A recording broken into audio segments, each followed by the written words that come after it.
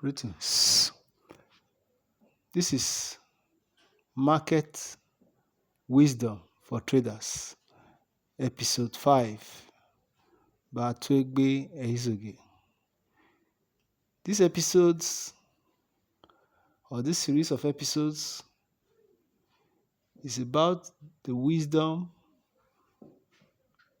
trading knowledge, and experience of the most sound traders in the world, like Warren Buffett, Mark Douglas, Paul Tudor Jones, Richard Dennis, S. Sekota, and many others. So listening to these episodes over and over again will give you an insight into what is behind the success of these traders. And such, you'll be able to replicate what makes them successful in your trading. Advice to share, subscribe, and like. Certain amount of loss will affect your judgment. So you have to put some time between that loss and the next trade. When things aren't going right, don't push, don't press. Minimize your losses and try to preserve capital for those few instances when you can make a lot in a very short period of time.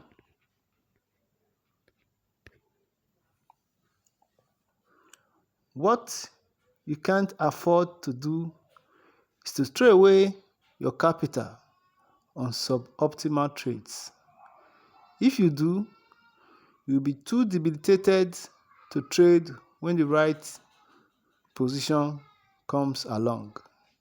Even if you put the trade on, it will be relatively small because your capital will have been depleted by the other trades. So many people would make incredibly bad trades just to take a profit. They would get out even though the market was locked limit up and almost sure to go up the next day. They couldn't stand the profit burning a hole in their pocket. I would try to get in when they were getting out. I don't think trading strategies are as vulnerable to not working if people know about them, as most traders believe. If what you are doing is right, it will work, even if people have a general idea about it. You could publish trading rules in the newspaper and no one would follow them. The key is consistency and discipline. Almost anybody can make up a list of rules that are 80% as good as what we taught our people. What they couldn't do is give them the confidence to stick to those rules, even when things are going bad. If I review the results of two different traders, looking at anything less than 1 year doesn't make any sense. It might be a couple of years before you can determine if one is better than the other.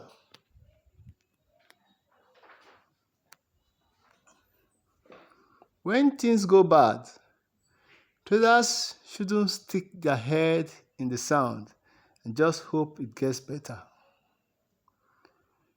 In a situation where your feelings as a trader tells you to do one thing and your system points in the other direction, you do nothing until you can resolve that conflict. You should expect the unexpected in this business. Expect the extreme. Don't think in terms of boundaries that limit what the market might do. The unexpected and the impossible happen every now and then. You have to think about diversification. If you had one method or one person making all the decisions, you couldn't handle amounts that large. But if you use different strategies and have a diversity in decision makers, you can handle several $100 million without any major problem. The market being in the trend is the main thing that eventually gets us in a trade. Being consistent and making sure you do that all the time is probably more important than the particular characteristics you use to define the trend. If I see a market goes up when it should go up, I might buy earlier.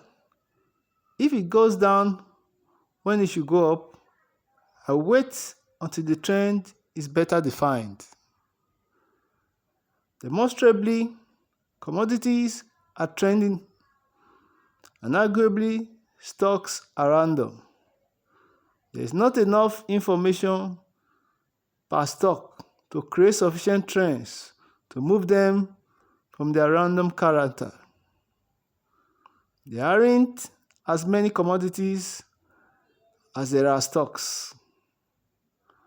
To be successful, you always have to be one step ahead of everyone else. Trading decisions should be made as unemotionally as possible.